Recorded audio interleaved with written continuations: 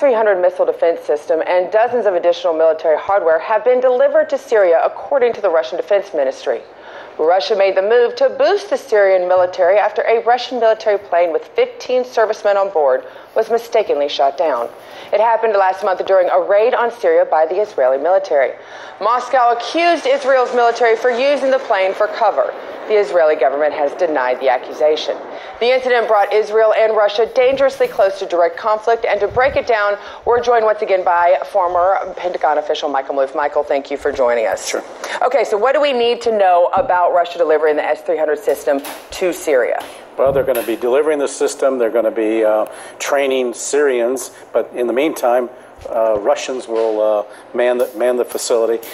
The system is far more capable than the S-200s that the Syrians have right now. It'll be able to make be able to distinguish much better aircraft and avoid the problem that occurred.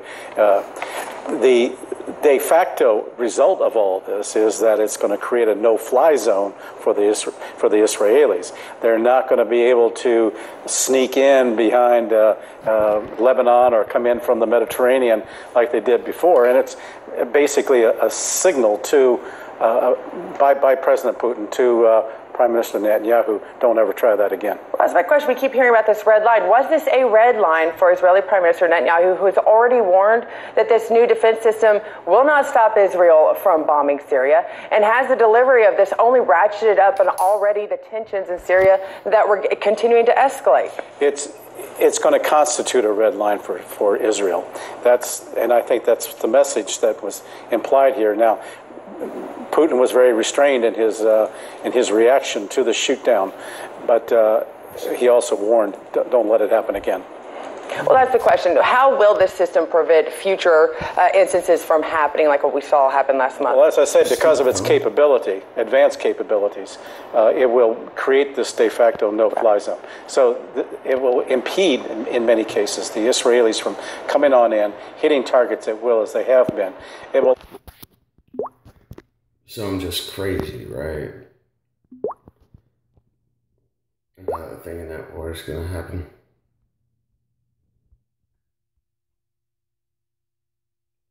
Oh my goodness, I want to look at that. There's other breaking news unfolding right now. Look at this. The FBI is investigating 3 suspicious envelopes sent to the President of the United States as well as to the Pentagon. 2 of the letters have initially already been tested, and they are positive for the deadly poison ricin. And the letter to the President is suspected of containing ricin as well. Let's go to our Pentagon correspondent, Barbara Starr. What more do you know about these letters? It's about 6:37 in the morning, and His extraordinary presentation in the Senate, Brett Kavanaugh said that the, quote, political hit job, end quote, directed at him was being done on behalf of the Clintons, among other people. Your response? I mean, really, yes, it deserves a lot of laughter. I wasn't watching when he said that. I was having to be somewhere else and away from a TV and even my phone. And so I heard about it later. And, you know, look, I thought it was just part of the whole of his very... So, yeah, she's making her way back into the light, finally.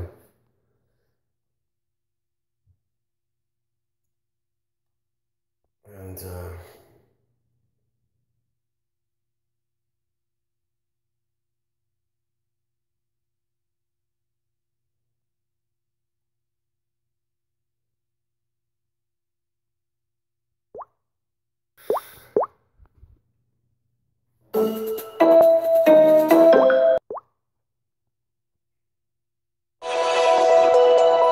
Welcome back. For our top international story this hour, we look to Venezuela, where President Nicolas Maduro made a major announcement in a bid to address the country's struggling economy and high rates of inflation.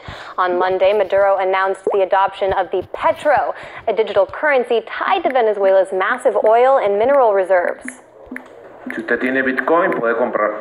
I have incorporated into the Petro white paper, in the calculation of the formula for the establishment of its value, the support in gold, diamonds, iron, and aluminum, so our Petro was born armored with oil wealth and mining wealth. The Petro is supported by the concept that, unlike other cryptocurrencies, it has inherent value if backed by Venezuela's natural resources. In other words, it won't need to be mined the same way Bitcoin is, for example. Maduro's goal in introducing the Petro is to sideline so-called money mafias in the country, which the state blames for driving inflation through the use of black market currency and resource trading. Venezuelans will now be allowed to make purchases with the Petro rather than the dollar, and Venezuelan banks. Well, with that being said, and this is the war against the dollar.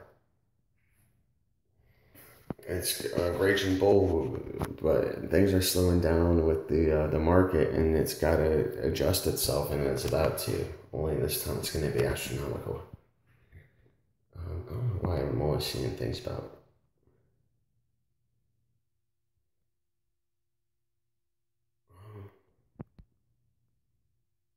Time out. I don't know why this was so hard for me to find. Oh, because freaking people aren't paying attention to this stuff. Russia to send advanced missile systems to Syria. Russia announced on Monday that the Syrian government will. Oh my goodness! Look, see how it just.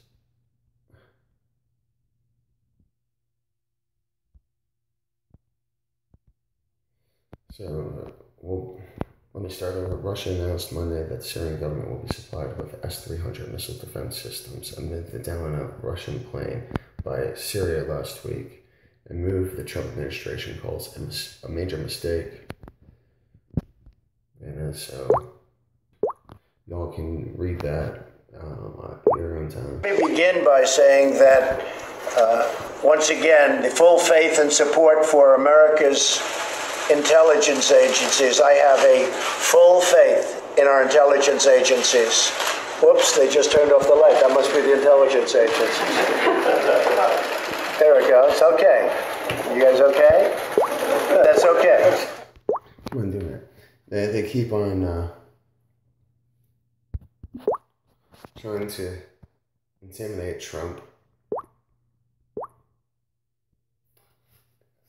and everything.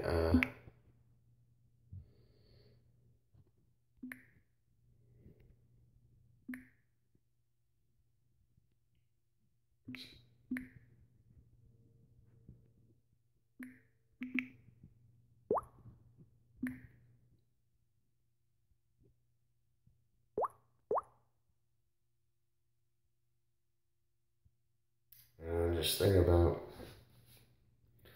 all the threats that, have happened to Trump and stuff, and I can't think of anything off the top of my head. It's been a chaotic day, but,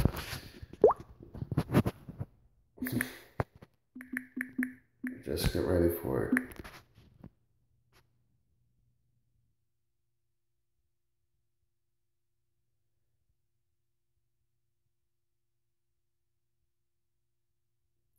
Yeah, at least Aaron, she's pretty good. But,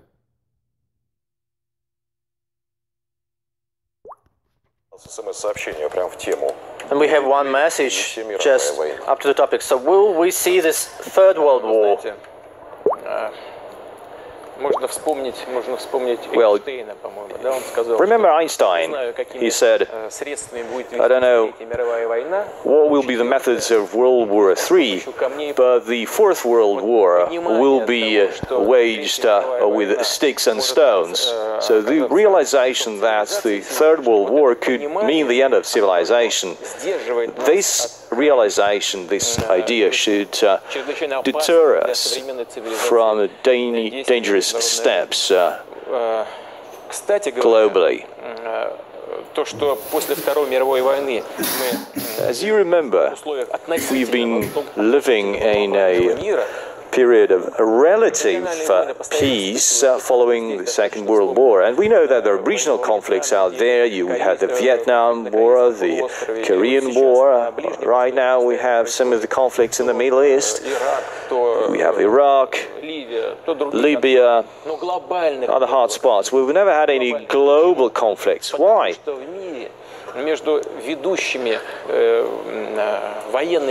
Global military powers established a strategic parity. And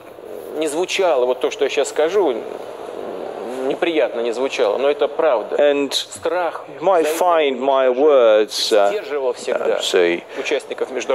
not appropriate, but that's true. The fear that each country had instilled the opponents with respect.